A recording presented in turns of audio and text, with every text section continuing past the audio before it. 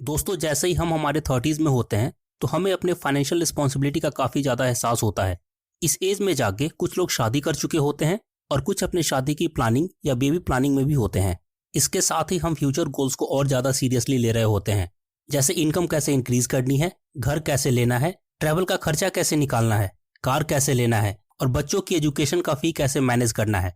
साथ में हमारी प्लानिंग ये भी होती है कि हमारी करंट लाइफस्टाइल में कोई फाइनेंशियल प्रॉब्लम ना हो। और जैसे ही हम अपने फ्यूचर के फाइनेंस गोल्स के बारे में सोचना शुरू करते हैं, वैसे ही हमारे पास फाइनेंस इन्वेस्टमेंट के बहुत सारे ऑप्शंस आ जाते हैं जिनसे हम कंफ्यूज हो जाते हैं। साथ में ये भी जरूरी हो जाता है कि हमारी फाइनेंशियल गलतियां जो हमने अपने 20s में करी हुई हैं उसको हम दोबारा न करें, या कोई गलत फाइनेंशियल इन्वेस्टमेंट अगर आपने 20s में किया है तो आप उसको रिपीट न करें।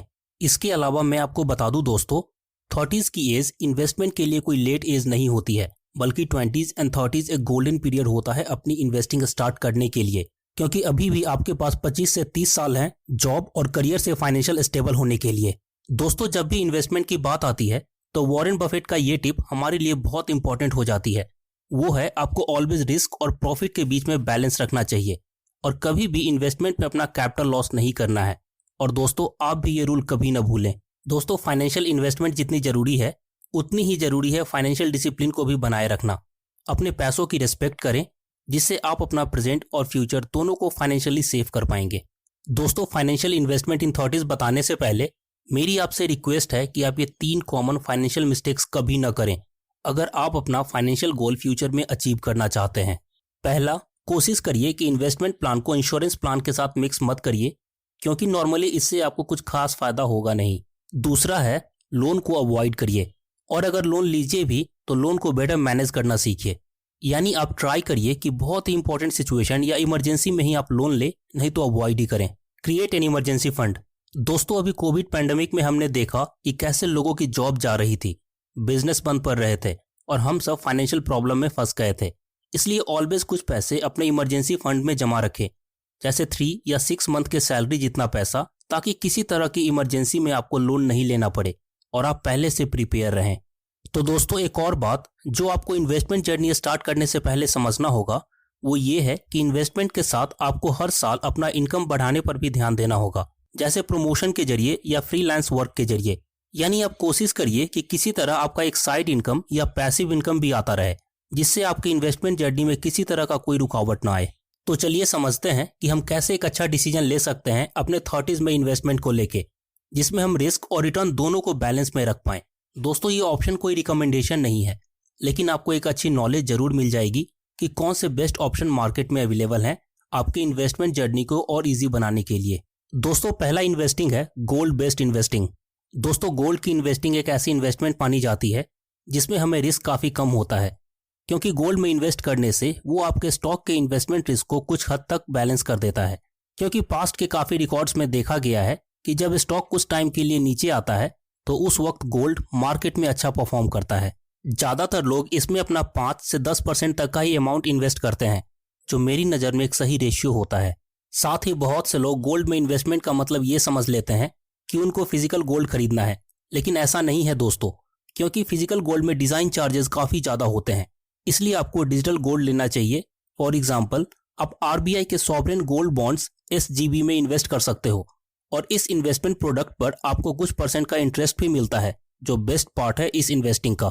दूसरा इन्वेस्टमेंट ऑप्शन है ग्रोथ इन्वेस्टमेंट। दोस्तों ग्रोथ इन्वेस्टमेंट का मतलब ऐसा इन्वेस्टमेंट जिसमें आप थोड़ा बहुत रिस्क लेके लॉन्ग टर्म में एक अच्छा रिटर्न कमा सकें। लेकिन रिस्क लेने का मतलब ये नहीं है कि आप बिना सोचे समझे किसी भी कंपनी के स्टॉक में पैसा इन्वेस्ट कर दें। आपको कंपनी की नॉलेज होनी चाहिए और कोशिश करिए कि आप इंडिया की टॉप कंपनीज या ट्रस्टेड कंपनीज में ही इन्वेस्ट करें। लेकिन हमें कितना % इक्विटी इन्वेस्टमेंट करना चाहिए? तो नॉर्मली टॉप फाइनेंशियल गुरु ऑलवेज ये बोलते हैं कि आपको 100 minus your age equity investment करना चाहिए। अब दोस्तों इसमें कुछ लोग ज़्यादा ही इन्वेस्ट कर देते हैं और कुछ लोग कम भी करते हैं, जो टोटली आपके ऊपर डिपेंड करता है। लेकिन अगर आप 30s की एज की बात करें तो 100 माइनस 30 यानी 70% आपको इक्विटी में इन्वेस्ट करना चाहिए।